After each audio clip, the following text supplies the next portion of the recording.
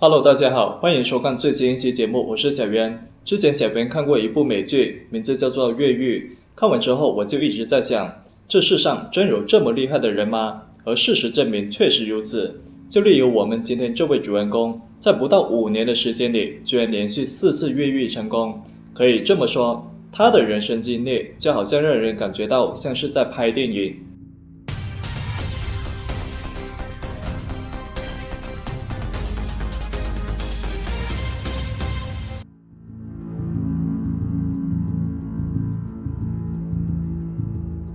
故事的男主人公名字叫做斯蒂芬·杰罗塞尔，1957年出生于美国加州北部，家里一共有4个兄弟姐妹，但他却是唯一一个被亲生父母抛弃的人。后来，斯蒂芬被一对农场主夫妇收养。刚开始知道自己的身世时，斯蒂芬只是觉得有一点不解，还有小小的失落。可后来，这种失落就变成了怒火，因为他身边的同龄人一直用这件事情挖苦他，说他是个没人要的怪胎。斯蒂芬不想和他们纠缠，但对方总是像苍蝇那样过来骚扰。后来，这种言语冲突就升级为暴力事件。有一次，斯蒂芬在学校里用火烧了一个男同学的夹克，后来还直接把一个表兄弟家的车库给烧了，导致他被迫在精神治疗中心关了1个月。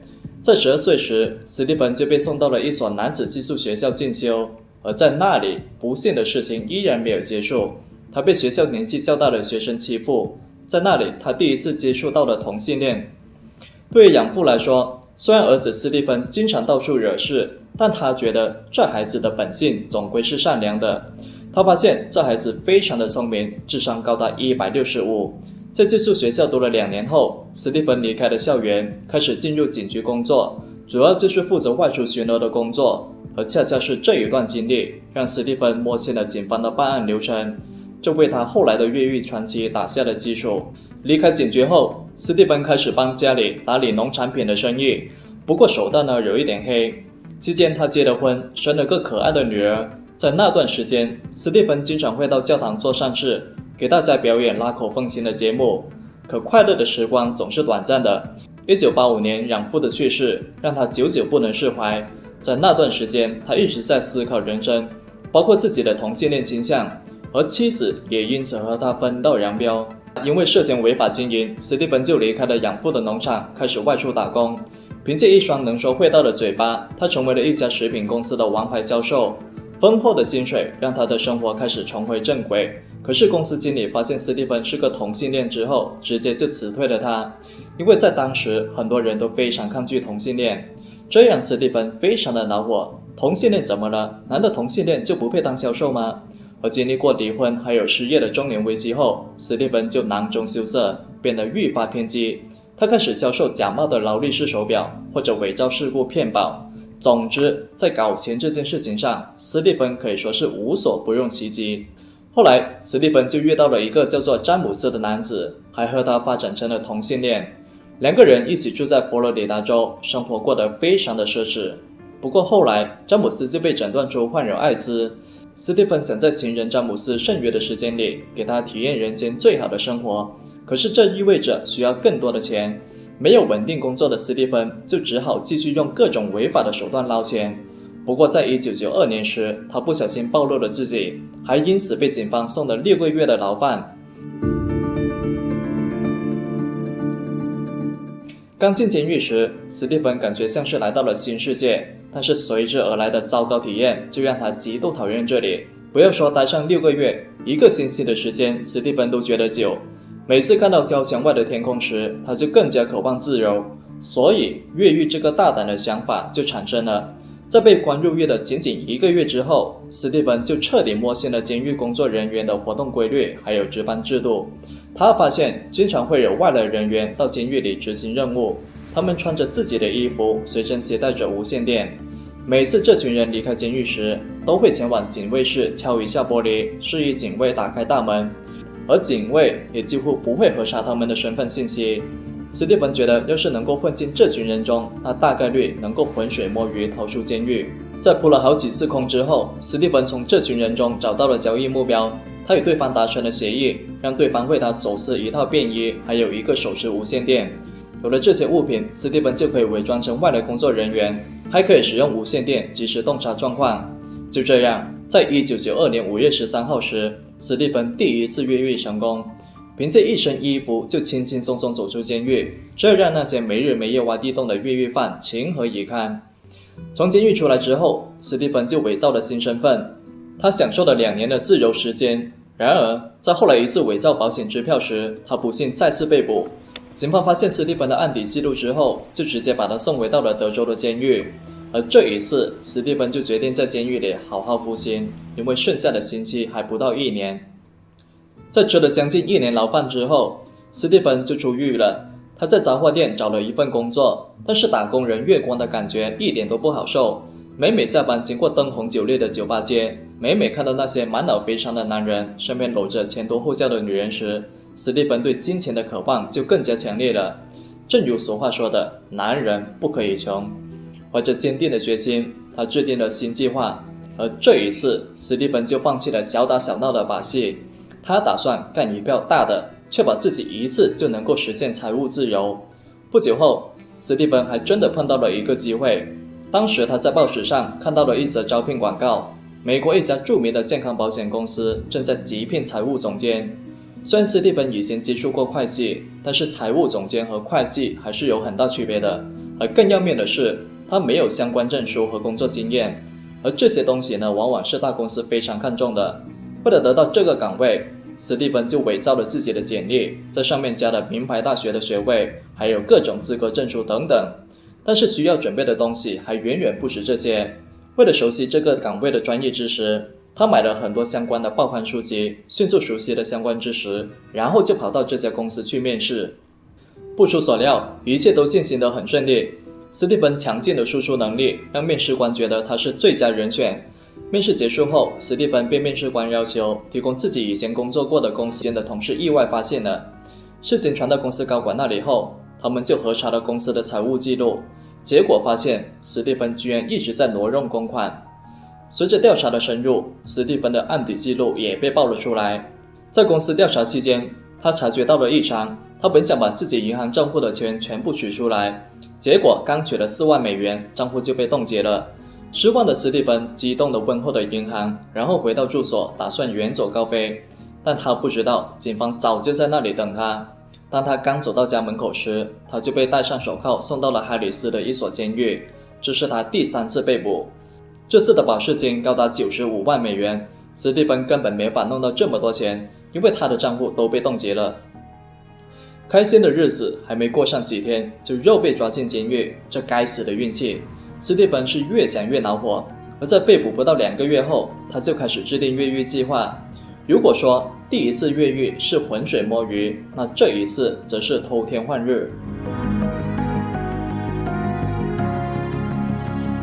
史蒂芬越狱计划的第一步就是致电海里斯县的相关部门，他告诉电话里的女职员自己是法官查尔斯，最近在处理史蒂芬·杰罗塞尔这位犯人的案件。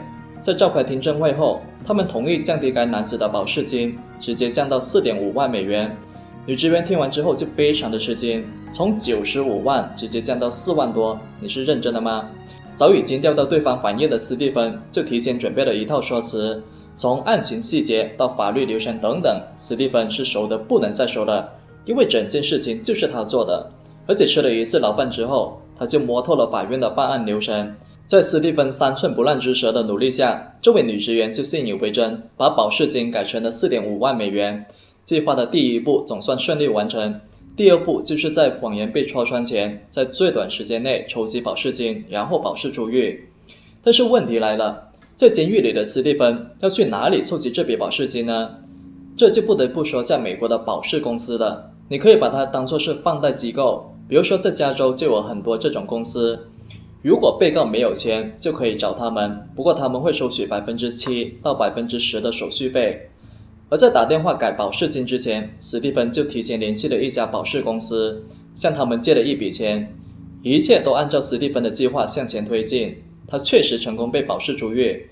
可仅仅在他逃脱的5天之后，他就被审查员发现了。通过监听史蒂芬的通讯记录，警方就确定他逃到了佛罗里达州的棕榈滩。而在棕榈滩的一个海滨酒店，警方就再次逮捕了史蒂芬。当再次看到闪闪发光的手铐时，史蒂芬激动地问候了周围人：为什么你们老是喜欢针对我呢？而随后因为挪用公款、伪造文件还有越狱罪，史蒂芬被判处了40年的监禁。当然，对于史蒂芬来说，他是不可能会老实在监狱里待上40年的。在审判开始前，他的脑子里就想着越狱的事情。而这一次，狱警就被告知史蒂芬非常的狡猾，你们得小心一点。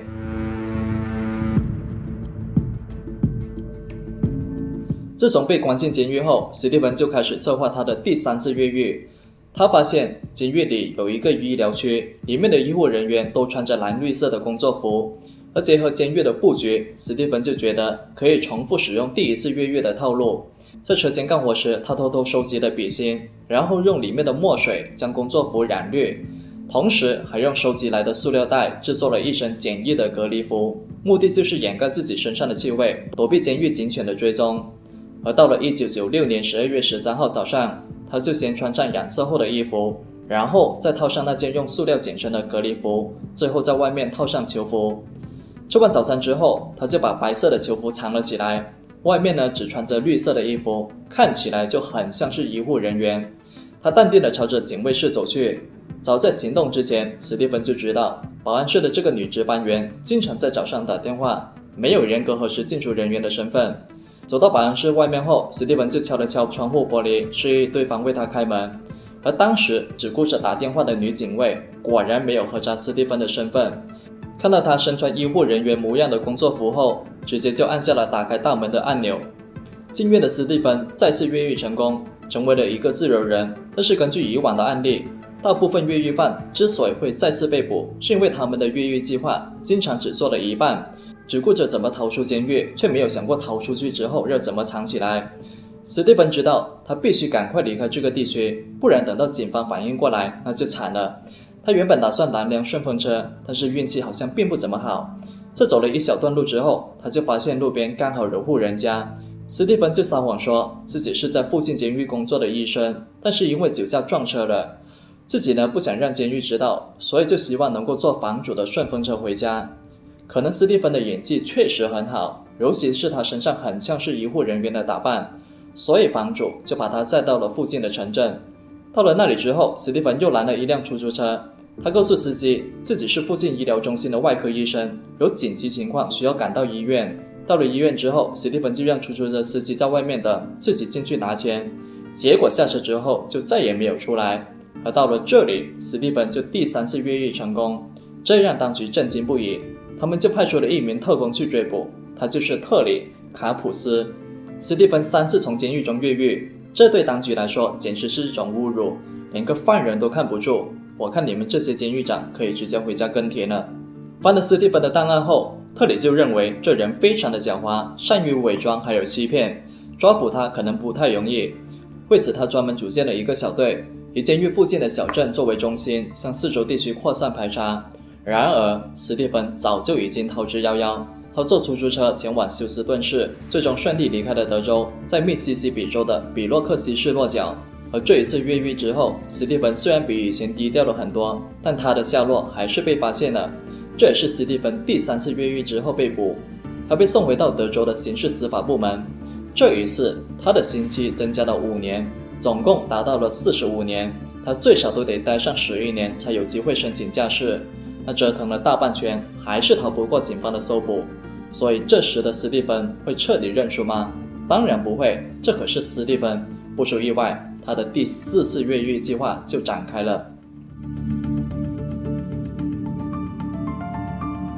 这一次史蒂芬越狱计划的级别一次性升了几个 level。 他发现如果犯人患有严重的疾病，就可以破例获得假释的机会。那要得什么病，当局才会同意自己出狱呢？史蒂芬想了很久，最后他选了艾滋病，因为他的基友詹姆斯确实患有艾滋，所以自己患上艾滋是既合情又合理。那当然要做到这点会非常的困难，毕竟史蒂芬不是真的要患上艾滋，他只能通过让自己产生类似的症状，让监狱相信自己是真的得到了艾滋。而计划的第一步就是减少进食，强迫自己发生呕吐，同时呢还要伪造医生的诊断记录。为此史蒂芬就贿赂了一名医生，让外人相信他患有艾滋。而在8个月的时间里，他频繁假装因为艾滋病没法正常活动。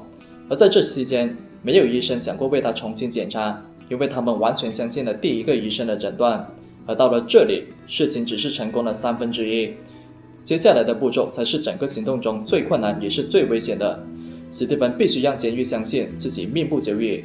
为此，他就收集了医生给的镇静药，一次性吃掉了它们，然后当场直接失去了意识，陷入昏迷。在昏迷4天后，当局就相信史蒂芬真的只剩下几个星期的命，他们就同意了史蒂芬的假释请求，并将他送到了肯尼迪市的一家护理中心。而到了这里，计划的第2步就顺利完成了，而最后一步则是伪造自己的死亡。在吸取前几次的教训后，史蒂芬知道只有这样才能够一劳永逸地躲避警方的追捕。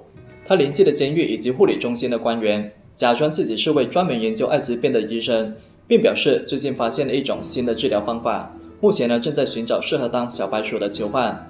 作为奄奄一息的艾滋病病人，史蒂芬就自然被推了出去。史蒂芬安排了一个计划，将自己送到了这名医生那里。而按照流程，如果试验失败，史蒂芬的遗体会被亲朋好友直接接回家。而几天之后，在自己的死亡证明上，他就写下了亚当·鲁伊斯医生这个名字，而这位医生正是史蒂芬自己。计划进行得非常顺利，这份死亡证明的副本分别被送到了3个地方：护理中心、监狱，还有审查假释的官员手中。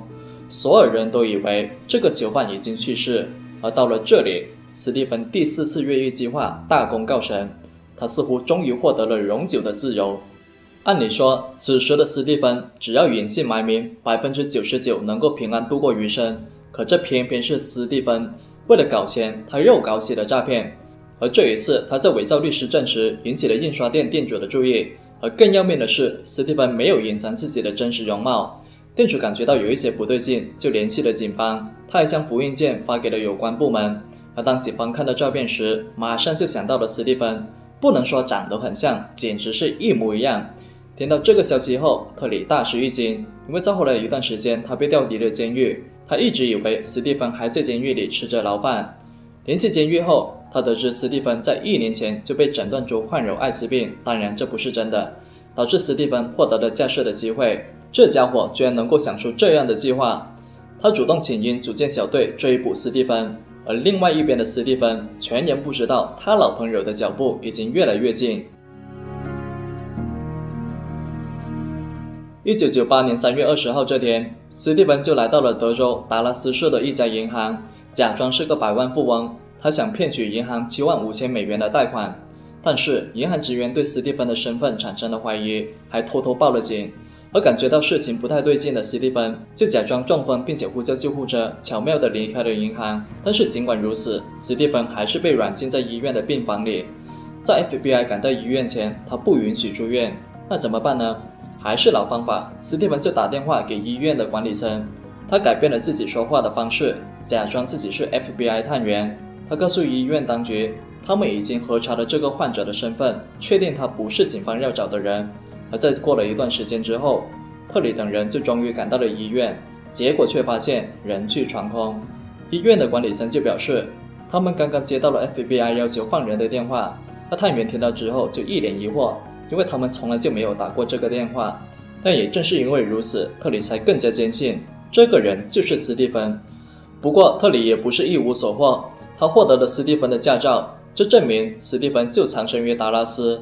猫与老鼠的追逐在看似平静的城市里已经来到了第4个回合，局面也似乎陷入了焦灼的状态。直到后来，特里从一家保险公司了解到，史蒂芬正打算通过传真发送虚假文件来骗取保险金，而通过这些文件上的传真号码，警方就确定了史蒂芬具体是在哪一个区，成功缩小了排查范围。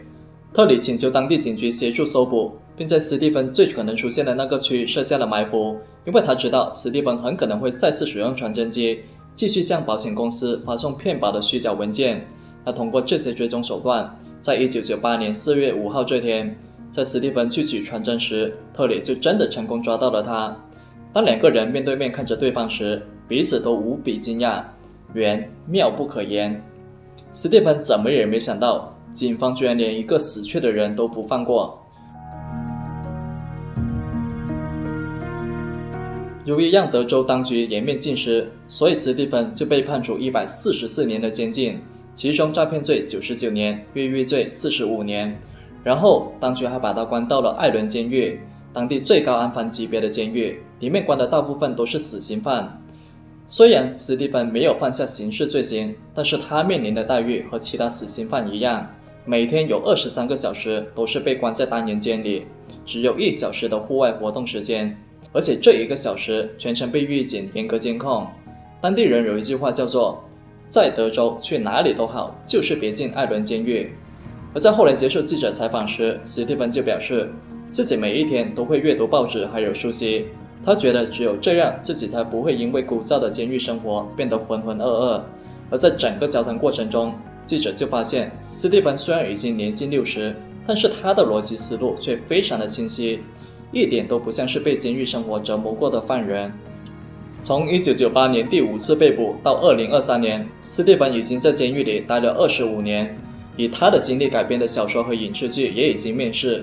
很多人很好奇斯蒂芬到底会不会再次越狱，但是他表示为了女儿自己不会再次越狱。实际上在这个世界不乏有很多优秀的人才，只是因为种种原因他们走偏了自己的人生路。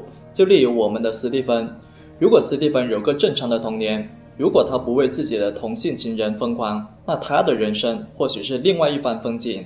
但可惜事情往往都没有如果。我是小渊，我们下期再见。